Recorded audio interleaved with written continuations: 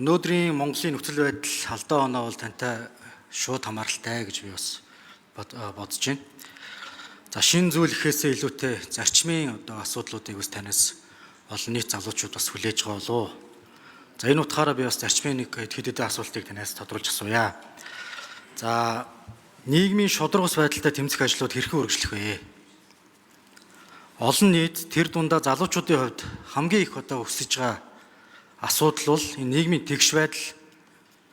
За эрүүл нийгмийг бий болгохын төлөө удаа дараа бас өөрсдийнхөө санаа бодлыг янз бүрийн хэлбэрээр бол илэрхийлсээр ирсэн. Тэг өнөөдрийг хүртэл бас олон нийтийнхаа залуучуудынхаа хүлээлтэд хүрч чадахгүй байгаа энэ асуудлын шалтгаан бас үнэн нь юу вэ гэдгийг бас танаас тодруулмаар санагдаж байна. За тодорхой шийдэл нь бас энэ авилгын асуудлаарх бие даасан шүүхтэй болох тухай асуудлыг өмнөх засгийн газар дээр бас засгийн газрын тэргүүн бүсд орж ижсэн.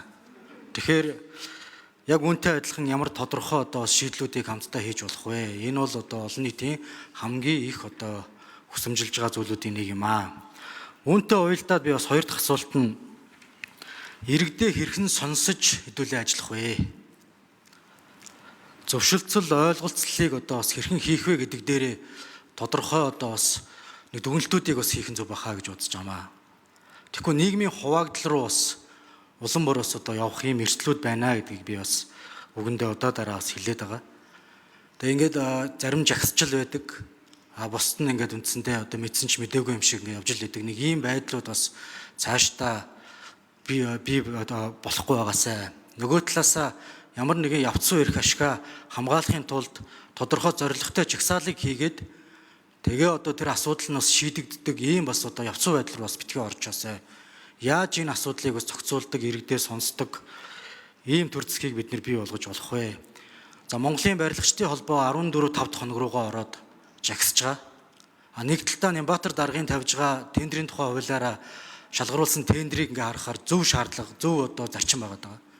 Нөгөө талдаа бас барилгачид өөрсдөө бас дотооддоо энэ томоохон бүтээн байгуулалтуудад оролцох энэ хүсэмжлэл нь бас зөв байгаад байгаа. Тэгэхээр иймэрхүү асуудлуудыг бид нэр хэрхэн шийддэг байх вэ?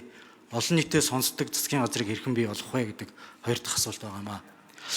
За засгийн газрын шинэ бүтэц бүрэлдэхүүн дээр гендерийн тухай асуудал дээр бас би гар үсэг зур дэмжсэ. За энэ тал дээр бас ямар шүү байр суурьтай байх вэ?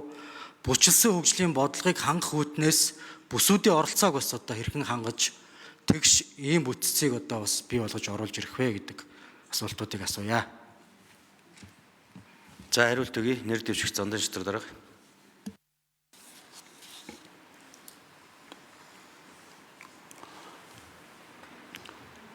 Ер нь парламентын тэр засгийн газрын ч гэсэн арчилсан чиг шигэн бол ард иргэдээ сонсдог байх дуршноо. Ийм ч учраас би парламент гэдэг платформыг санаачилсан. Ард иргэдээ сонсож хуулийн төслийг хилцдэг болсон. Би зөвлөлт харьцал гэж ард түмэнтэй хилцэж зөвлөлдөж шийдвэр гаргадаг механизмаар энэ хуулийн нэмэлт өөрчлөлтийг хилцэж 2 удаагийн ард түмнийхээ санал бодол тулгуурлаж энэ үндэсний баялагын сангаас ахуулаад энэ парламентын арчлыг төгөлдрчүүлэх эрх зүйн үндэснийг төрийн бүх эрх мэдэл ард түмнээс их сурвалжтай байх зарчмыг нийцүүлж хилцүүлсэн. Ингэж ард түмнээ сонсч энэ үндсэн хуулийн нэмэлт өөрчлөлтийг хийгээд энэ 126 гишүүн энэ өөрчлөлтүүд хийгдсэн болохоос биш зүгээр 1, 2, 3 хүн санаачлаад хийждэг зүйл биш. Энэ бүх асуудал арчлалын зарчим нэгдэж ард иргэдээ сонсох ажлыг өрнүүлсэн. Залуучууд бас энийг судалж иргэдээ яа сонсдгийг энэ арчлалыг бас хэрэгжүүлж ажилласаа, суралцаасаа, судлаасаа, сургаар авч судалгаа тооцоо ажилласаа гэж бид хүсэж энэ парламентыг өвлүүлсэн. Жишээлбэл 2017 онд үндсэн хуулийн нэмэлт өөрчлөлтөөр зөвлөх санал асуулга явуулаад нийт бүх иргэдийг төлөөлж чадхуйц малчин тариачин эмч багш бүх хүний төлөөлөл эрэгтэй эмэгтэй өвжлийн бишэлтэй иргэд энэ бүх хүмүүсийн төлөөлөлтөд бол төвөр судалгааны аргаар хилцэгдсэн. Бүх аймагт улс орон дээр аймаг суманд энэ хилцүүлэг зохион байгуулсан. Ингэж сонсч энэ зөвлөлдөх аянг зохион байгуулж өнөөдрийн үндсэн хуулийн нэмэлт өөрчлөлт парламентын арчлалыг чинь төлөвшүүлэх, бэхжүүлэх, сайжруулах ажлууд хийгдсэн юм шүү. Энэ үндэсний баялагын сангийн хууль ч гэсэн тэр энэ баялагтай эзэн байх, авилгатай тэмцэх зарчим, авилгалын эсрэг энэ хян шалгалтын төр хороо байгуулдаг, нээлттэй сонсгол зохион байгуулдаг энэ ажлууд чинь бүгд бас энэ зарчмуудаар хэрэгжсэн. Энэ авилгалтай тэмцэх ажил бол үгээрээ биш үйлдэлээрээ тэмцдэг болохыг харуулсан гэж би дээр хэлсэн. Тухайлах юм бол парламентын хэн шалгалтын түр ороогоор ингээд далд байсан юмнуудыг ил болгодог, ард түмний мэд хэргийг хангасан нээлттэй сонсголуудыг зохион байгуулдаг болсон. Хөгжлийн банкны эмийн нүүрсний гэх мэтлэн олон сонсголууд зохион байгуулагдаж, ард түмний мэд хэргийг хангаж, нотлох баримтуудыг шинжилэн судлах хилцүүлгүүд өрнөж, энэний дагуу одоо илчлэгдэж ил тод болсон. Түүнээс нэг өдөр авилгал бий болсон биш. 30 жил ингээд бэхжсэн байсан алны тор чигмийг ил тод болгодог, ард түмний мэдхийг эрхийг хангасан хэвтэй хариуцлагын тогтолцоог бий болгоснороо энэ систем шүүх засаглж гисэн шахалт үзүүлдэг, ард түмний дэмжлэгтэй энэ хяналтын тогтолцоог бий болгохыг энэ мэд хэрэгээр хангасан. Ийм учраас энэ бүхнийг бид өгүүлэлээр харуулсан. Өнгөрсөн парламентаас 13 гишүүн хэрэг татагд шалгагддаг байсан. Шалгадаж одоо эрүүгийн хариуцлага хүлээсэн. Энэ бүхэн чинь хүний өрөнгөө авилгалтай тэмцэж ирсний баталгаа үр дүн. Бидний сурчлаад байдаг болохоос биш. Өнөөдөр бүх нийгэм даяараа энэ албан тушаалын хэрэг авилгал энэ болохгүй бүтэхгүй бүх юмтай чинь тэмцэх ёстой байна гэсэн сэдлийг төрүүлж залуучуудын нийгмийн ухамсар сэргэж энэ жагсаалт цуглаан шаардлага тавьдаг болсон. Энэ бол иргэний боловсрол, ардчлалын боловсролын чухал үр дүн болсон гэдэгт би итгэлтэй байгаа. Энэ бүхний үр дүнд өнөөдрийн парламентын ардчилж улам бэхжиж докторжиж манайх ардчлалын индексээр урагшилж, гендрийн квот сайжирч, гендрийн төлөөлөл парламентод хангагдаж, залуучуудын оролцоо нэмэгдсэн ийм өөрчлөлтүүд сонгуулийн хуулиар чих болцоог бүрдсэн.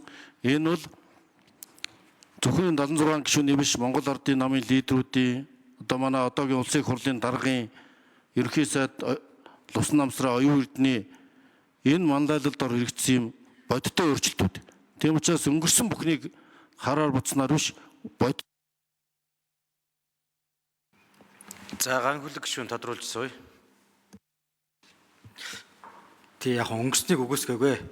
Өнөөдрийн бас нөхцөл байдал тантай одоо бас шууд хамааралтай гэж бас хэлж байгаа нь арай илүү одоо бас тийм шин одоо бас өнцгөр цаашдын ажлуудаа бас анхаараасай гэж энэ саналуудыг асуултыг асуугаад байгаамаа. Илүү тодруулаад асуусаа. Авилгалын асуудал дээр иргэд одоо ч гэсэндээ тийм хангалттай сайн ажилласан гэдэг дүгнэлтийг бол би бол өгөхгүй байгаа гэж үзэж байна. Шалтгаан нь юу байгаад байгаа юм? Шийдэл нь энэ авилгын асуудал арга бие даасан шүүх байж болох уу? Энэ дээр та ямар байр суурьтай байгаа вэ гэж асуусан байгаа.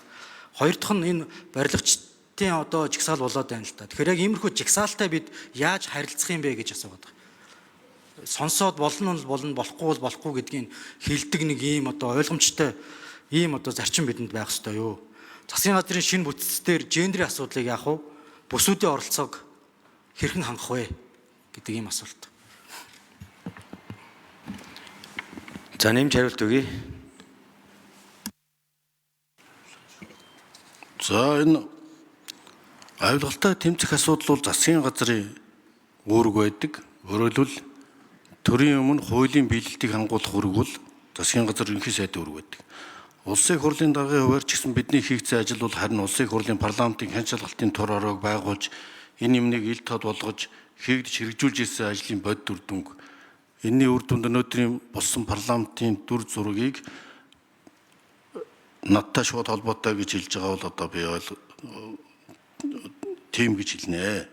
За харин шүүхийн асуудал байгуулснараа авилгатай тэмцэж идэм биш ээ. Авилгатай тэмцэх асуудал бол хууль сахиулах байгууллагууд, эрх зүйн шинжилэл, цогц хөтөлбөрийн үр дүн байх ёстой. 2-3 хүнтэй шүүх байгуулад хонгил угсарж идэг тийм түүхийг бид мэднэ. Угсарсан гэж шүүмжилж ирснийг мэднэ. Ийм учраас энэ бол зөвхөн шүүхийн асуудал биш. За гүйцэж хариулъя.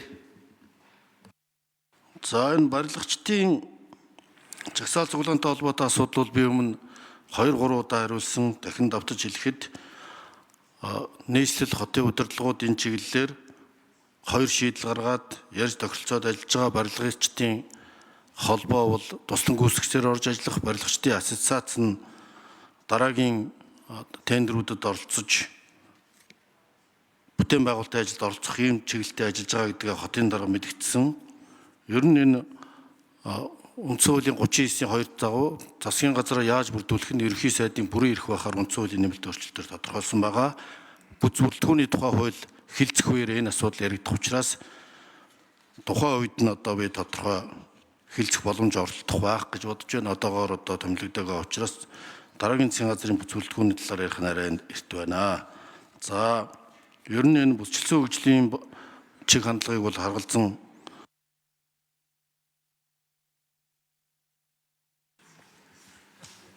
За мөнхтрийн наран туяа нараа гişүн асуулт